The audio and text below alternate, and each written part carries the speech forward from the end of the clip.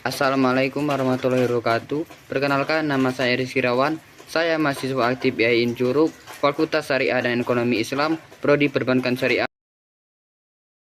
Di sini saya akan menjelaskan mengenai produk-produk bagi hasil dalam lembaga keuangan syariah dan juga instrumen-instrumen yang menyebabkan terjadinya sengketa dalam produk tersebut. Produk bagi hasil dalam lembaga keuangan syariah, yang pertama ada produk simpanan, yaitu yang pertama ada tabungan berbagi atau mudharabah, di mana tabungan yang menjadi hasil antara nasabah dan bank syariah. Yang kedua ada giro berbagi atau murabahah, di mana rekening giro yang membagi hasil antara nasabah dan bank syariah. Yang kedua ada produk investasi. Yang pertama ada suku. Suku adalah obligasi syariah yang membagi hasil dari proyek atau aset tertentu. Yang kedua, mudharabah investment atau rekening investasi yang membagi hasil antara nasabah dan bank syariah. Yang ketiga ada unit link syariah, adalah produk asuransi jiwa syariah yang membagi hasil investasi. Yang ketiga ada produk pembiayaan. Yang pertama ada murabahah atau pembiayaan yang membagi hasil antara bank syariah dan debitur. Yang kedua ada musyarakah. Musyarakah adalah pembiayaan yang membagi hasil dan resiko antara bank syariah dan debitur. Yang ketiga ijarah. Ijarah adalah pembiayaan sewa yang membagi hasil antara bank syariah dan debitur. Kemudian ada produk lainnya. Yang pertama ada reksadana syariah. Reksadana syariah adalah produk investasi koleksi yang membagi hasil. Yang kedua, pensiun plan syariah. Pensiun plan syariah adalah produk asuransi pensiun syariah yang membagi hasil. Yang ketiga, emas berbagi. Emas berbagi adalah produk investasi emas yang membagi hasil. Kemudian, prinsip bagi hasil. Yang pertama, mudharabah. Mudharabah adalah bagi hasil antara bank syariah dan nasabah atau debitur. Yang kedua, musyarakah. Musyarakah adalah bagi hasil dan resiko antara bank syariah dan debitur. Yang ketiga, muzaraah. Muzaraah adalah bagi hasil antara pemilik lahan dan petani. Kemudian, kelebihan produk bagi hasil. Yang pertama, menghasilkan pendapatan yang stabil. Yang kedua, mengurangi resiko investasi. Yang ketiga, sesuai dengan prinsip syariah. Yang keempat, meningkatkan kepercayaan nasabah. Yang kelima, membantu perekonomian masyarakat. Contoh lembaga keuangan syariah di Indonesia. Yang pertama ada BSI atau Bank Syariah Indonesia. Yang kedua, Bank Mandiri Syariah. Yang ketiga, Bank BRI Syariah. Yang keempat, Bank BCA Syariah. Kemudian, instrumen yang dapat menyebabkan sengketa dalam produk keuangan syariah. Yang pertama ada instrumen simpanan, di mana ada yang pertama tabungan berbagi atau mudharabah.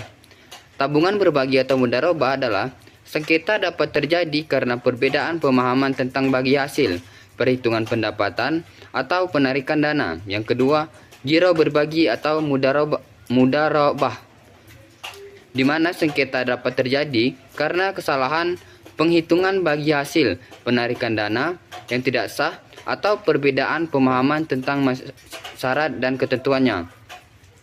Kemudian, instrumen investasi. Yang pertama, suku. Sengketa dapat terjadi karena perbedaan pemahaman tentang struktur suku, perhitungan pendapatan, atau kualitas aset yang dijaminkan. Yang kedua, mudharabah investment. Sengketa dapat terjadi karena perbedaan pemahaman tentang bagi hasil, perhitungan pendapatan, atau penarikan dana. Yang ketiga, unit link syariah. Sengketa dapat terjadi karena perbedaan pemahaman tentang manfaat asuransi, perhitungan pendapatan, atau penarikan dana. Kemudian, dari segi instrumen pembiayaan, yang pertama, mudharabah. Sengketa dapat terjadi karena perbedaan pemahaman tentang bagi hasil, perhitungan pendapatan, atau kualitas aset yang dijaminkan. Kemudian dari segi musyarakah, sengketa dapat terjadi karena perbedaan pemahaman tentang bagi hasil, perhitungan pendapatan, atau kualitas aset yang dijaminkan. Kemudian yang ketiga, dari segi ijarah, sengketa dapat terjadi karena perbedaan pemahaman tentang sewa, perhitungan pendapatan, atau kualitas yang disewakan. Kemudian instrumen yang dapat menyebabkan sengketa dalam produk keuangan syariah. Yang pertama ada instrumen simpanan, di mana ada yang pertama tabungan berbagi atau mudharabah.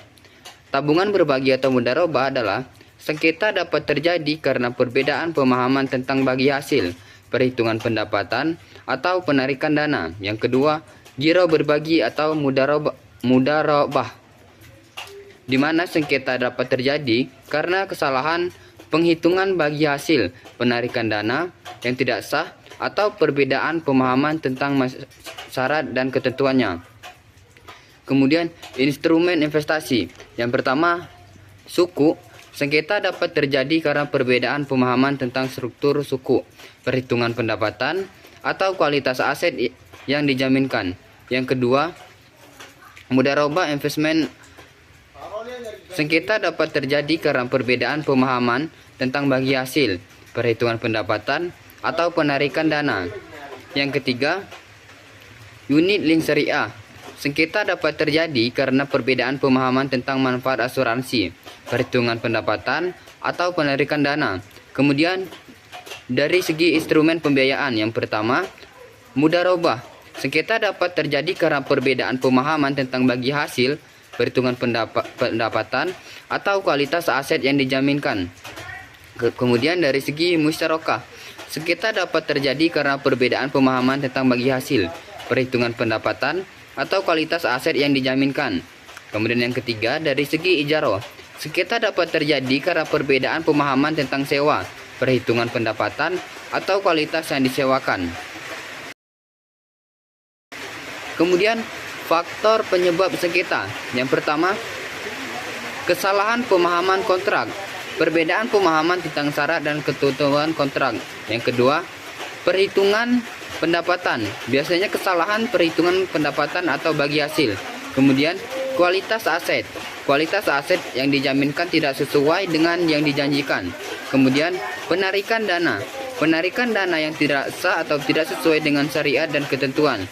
Yang kelima, perubahan regulasi yang dapat mempengaruhi kontrak atau produk. Kemudian yang keenam, kegagalan komunikasi antara pihak-pihak terkait.